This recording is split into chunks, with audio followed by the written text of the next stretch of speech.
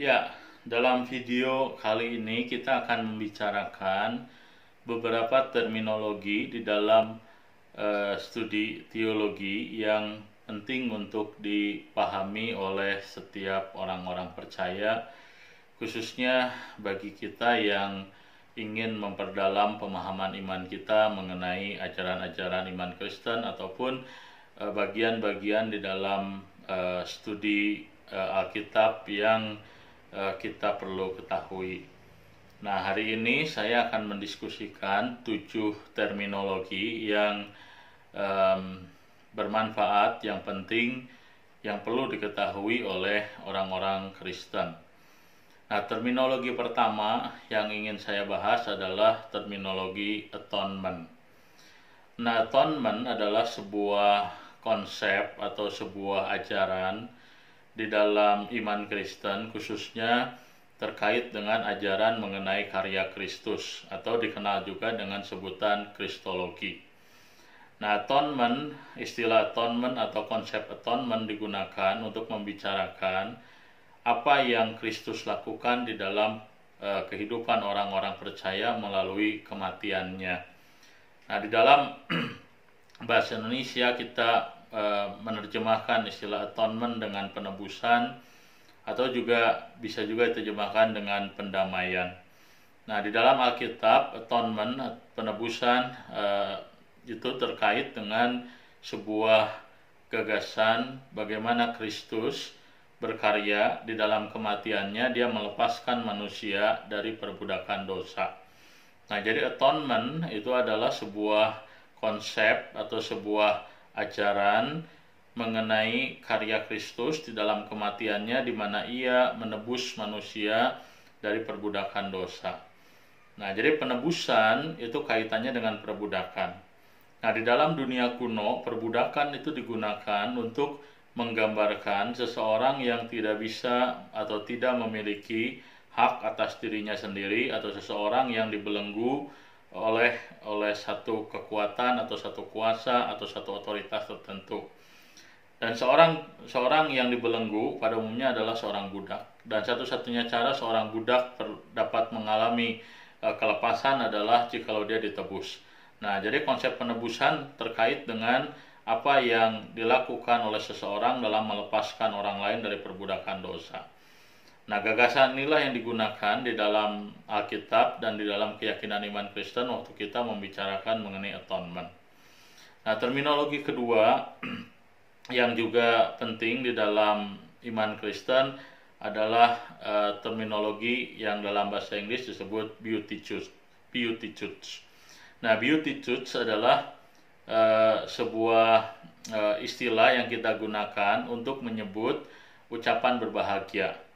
Nah, beatitudes itu digunakan waktu misalnya saja di dalam pengajaran Tuhan Yesus di bukit. Nah, pengajaran Tuhan Yesus di bukit, Tuhan Yesus mengucapkan beberapa perkataan-perkataan yang dikenal dengan ucapan bahagia. Nah, ucapan bahagia itulah yang disebut sebagai beatitudes. Nah, jadi untuk kita mengenali beatitudes, biasanya istilah berbahagialah ataupun istilah berbahagialah yang paling banyak digunakan. Nah, misalnya saja dalam Matius pasal yang kelima dikatakan berbahagialah mereka yang lemah lembut, karena mereka lah yang punya bumi. Nah, itu adalah beatitudes. Nah, jadi itu adalah terminologi kedua yang kita perlu juga pahami ketika kita berinteraksi dengan studi teologi, khususnya mengenai pengajaran Tuhan Yesus. Dan terminologi ketiga yang juga signifikan adalah covenant. Nah, istilah covenant itu diterjemahkan dengan perjanjian.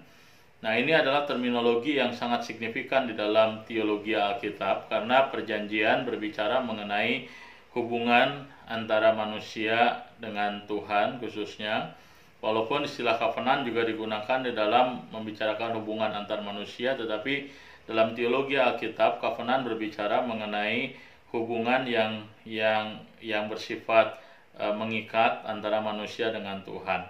Nah, bagaimana Tuhan dia membangun covenant dengan manusia, bahwa Tuhan berkarya, Tuhan menebus misalnya saja orang Israel dari perbudakan Mesir, dan sebagai bagian daripada Israel maka Israel harus menyembah Tuhan.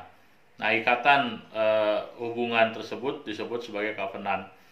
Nah, tetapi di dalam Alkitab kita belajar bahwa covenant ternyata juga mengalami pembaharuan oleh karena kegagalan manusia di dalam memenuhi tuntutan Tuhan dalam covenant yang pertama. Maka Alkitab kemudian menyebut sebuah covenant yang lain, namanya covenant New Covenant atau perjanjian yang baru, di mana perjanjian ini dibangun di atas karya Kristus dan efektif melalui karya Roh Kudus. Nah, itu adalah konsep covenant.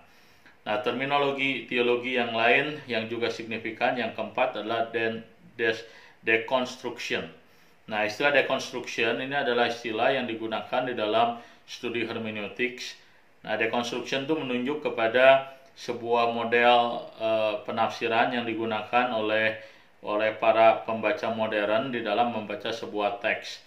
Nah, disebut deconstruction oleh karena para penafsir ini memandang bahwa apa yang dinyatakan dalam teks apapun itu memuat sebuah ideologi yang berasal dari kelompok yang mayoritas ataupun kelompok yang dominan di dalam sebuah masyarakat, sehingga untuk memahami sebuah realita atau sebuah kebenaran dari apa yang dinyatakan oleh sebuah teks yang diproduksi oleh kelompok dominan, maka seseorang perlu untuk merekonstruksi ulang, membuat deconstruction.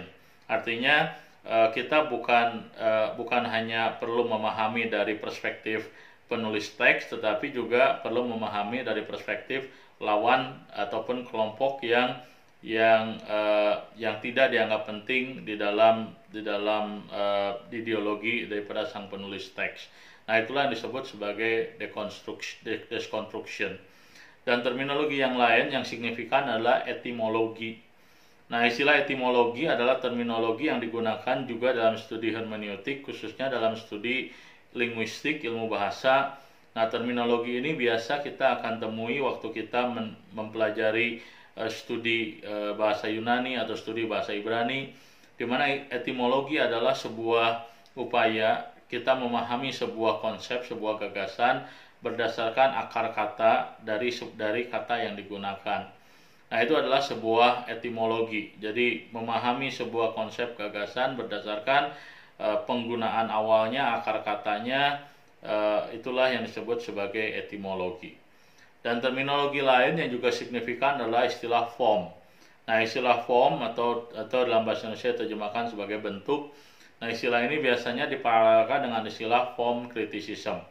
Nah, form criticism adalah sebuah metode interpretasi di dalam studi biblika, di mana metode ini percaya atau metode ini memiliki asumsi bahwa untuk memahami sebuah pesan teks, maka kita harus memahami teks tersebut berdasarkan bentuk sastra yang digunakan.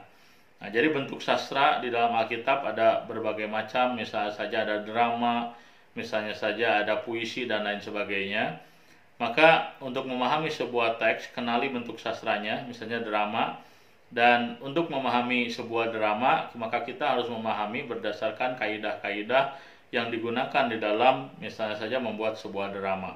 Nah, jadi untuk mengerti sebuah teks, seseorang perlu memahaminya berdasarkan kaidah-kaidah bentuk sastra yang digunakan. Nah, itu adalah form criticism.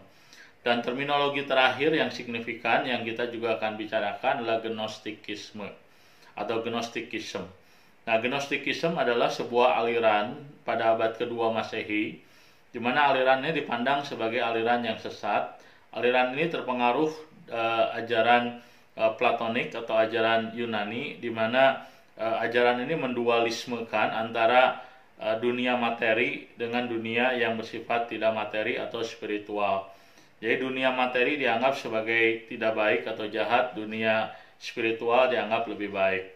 Nah, itulah sebabnya maka ada pembedaan antara masalah-masalah rohani dan masalah-masalah duniawi. Manusia harus melepaskan diri dari dunia ini supaya manusia bisa mengalami pertumbuhan rohani. Nah, konsep-konsep seperti itu disebut merupakan bagian dari gagasan Gnostikisme. Nah, itulah 7 terminologi di dalam studi teologi yang kita bisa pelajari dalam video ini, dan saya berharap supaya apa yang kita pelajari bisa bermanfaat bagi setiap kita yang ingin lebih lanjut mempelajari ajaran-ajaran Alkitab, konteks-konteks teologi di dalam Alkitab. Tuhan memberkati.